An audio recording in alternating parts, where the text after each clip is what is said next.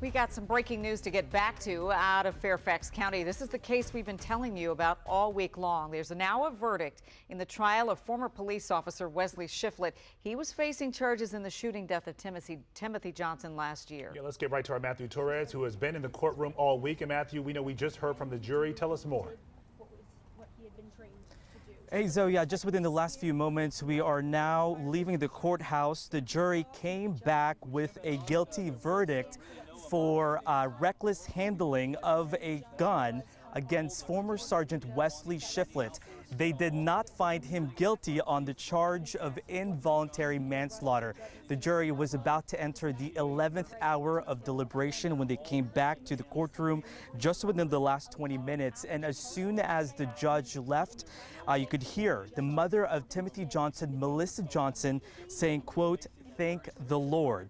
Now, even though there is now this split verdict, the judge says he will still consider the motion by the defense to throw out any guilty verdicts as soon as this all wraps up. But he does have a sentencing date still on February 28th. So again, just moments ago, Wesley Shifflet found not guilty of involuntary manslaughter, but guilty of the reckless handling of a charge. This all stemming from that chase back on February 22nd of 2023. The defense this trial argued that Shifflet intentionally shot Johnson out of self-defense because he says he feared for his life when he thought Johnson was reaching for his waistband to pull out a gun. Keep in mind, Johnson was never armed, and this was an important argument because for involuntary manslaughter, that means you've had to accidentally or unintentionally kill the person while being callous or reckless. So clearly, in this case, the jury agreed with the defense. However, the prosecutors also argued that not only was he reckless but unreasonable to chase after Johnson, suspected of stealing sunglasses and shooting twice without giving a warning, and also not using other methods to arrest him. They questioned why he shot into an area that he is unfamiliar with. So in that sense, the jury did find him guilty of reckless discharge of a weapon. Again, this all just coming down within the last 10 minutes.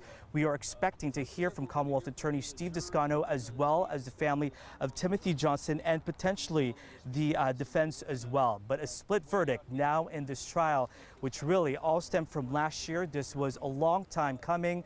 If you might remember, initially a grand jury did not return an indictment against Shifflet until a special grand jury did so and came back with this indictment. So it's been a lot of ups and downs when it comes to this trial, including having to have a new lead prosecutor. But again, a split verdict now against Shifflet in this trial, guys. Yes, so now we stand by for sentencing. Yeah, we know Timothy Johnson's family has been in the court every day for this, and so to hear them say that they are relieved, at least in some way, by this split verdict, it would be interesting to hear more from them and, of course, all of the other officials in this case. All right, thank you so much, Matthew, for that update. And we have followed this case for you from the very beginning, and we'll continue to track every update moving forward. You can catch up on this trial by downloading our free WUSA 9 app. We'll also share any updates on air, on website, and streaming for free on our WUSA 9 Plus app. We'll be right back.